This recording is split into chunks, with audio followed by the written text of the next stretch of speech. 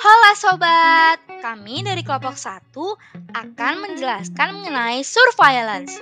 Yuk simak video kami agar sama-sama tahu dan menambah wawasan. Kita mulai dari definisi surveillance.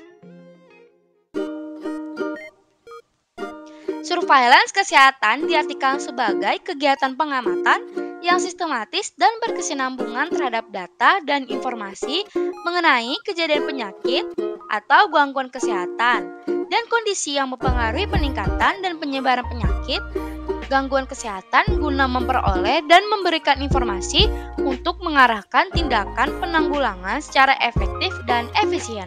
Lalu apa sih tujuannya? Tujuan dari surveillance untuk pencegahan dan pengendalian penyakit dalam masyarakat sebagai upaya deteksi dini terhadap kemungkinan terjadinya kejadian luar biasa, memperoleh informasi yang diperlukan bagi perencanaan dalam hal pencegahan, penanggulangan, maupun pemberantasan pada berbagai tingkat administrasi. Lalu, apa ada tujuan khususnya? Ya, ada. Tujuan khusus dari surveillance terdiri dari 6 poin. Yang pertama, memonitor kecenderungan tren penyakit. Yang kedua, mendeteksi perubahan mendadak insiden penyakit untuk mendeteksi dini outbreak. Yang ketiga, memantau kesehatan populasi, menaksir besarnya beban penyakit atau disease burden pada populasi, menentukan kebutuhan kesehatan prioritas, membantu perencanaan, implementasi, monitoring, dan evaluasi program kesehatan. Yang kelima, mengevaluasi cakupan efektivitas program kesehatan. Dan yang terakhir, mengidentifikasikan kebutuhan riset. Lalu ada nggak sih prinsipnya? Ada dong. Yuk simak apa aja prinsip dari surveillance. Prinsip dari surveillance yang pertama, pengumpulan data. Data yang dikumpulkan harus sistematis, urutannya jelas, tidak boleh abstrak. Yang kedua, terus-menerus untuk melihat tren variasi, jadi tidak boleh berhenti di tengah jalan. Yang ketiga, lengkap, yaitu meliput dari tempat, waktu, benar, serta jujur. Lalu metodenya adalah pengamatan atau observasi. Yang kedua, wawancara atau interview. Yang ketiga, angket atau sebar kuesioner. Dan terakhir adalah dokumentasi. Lalu, next prinsip. Setelah pengumpulan data, yang kedua adalah pengolahan dan penyajian data. Pada tahap ini, data disusun dalam bentuk tabel, grafik, atau peta, spot map.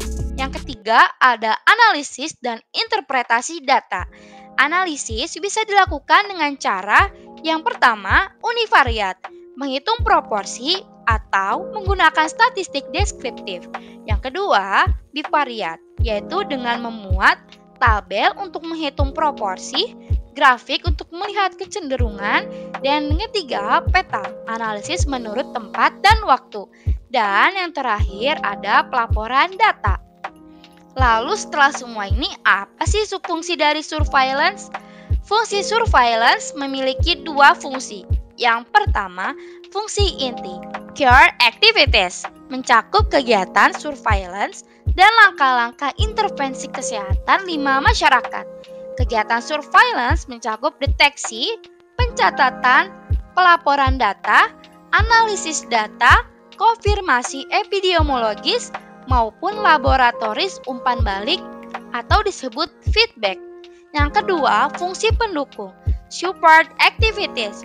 Fungsi pendukung, support activities mencakup pelatihan, supervisi, penyediaan sumber daya manusia dan laboratorium manajemen sumber daya, dan komunikasi.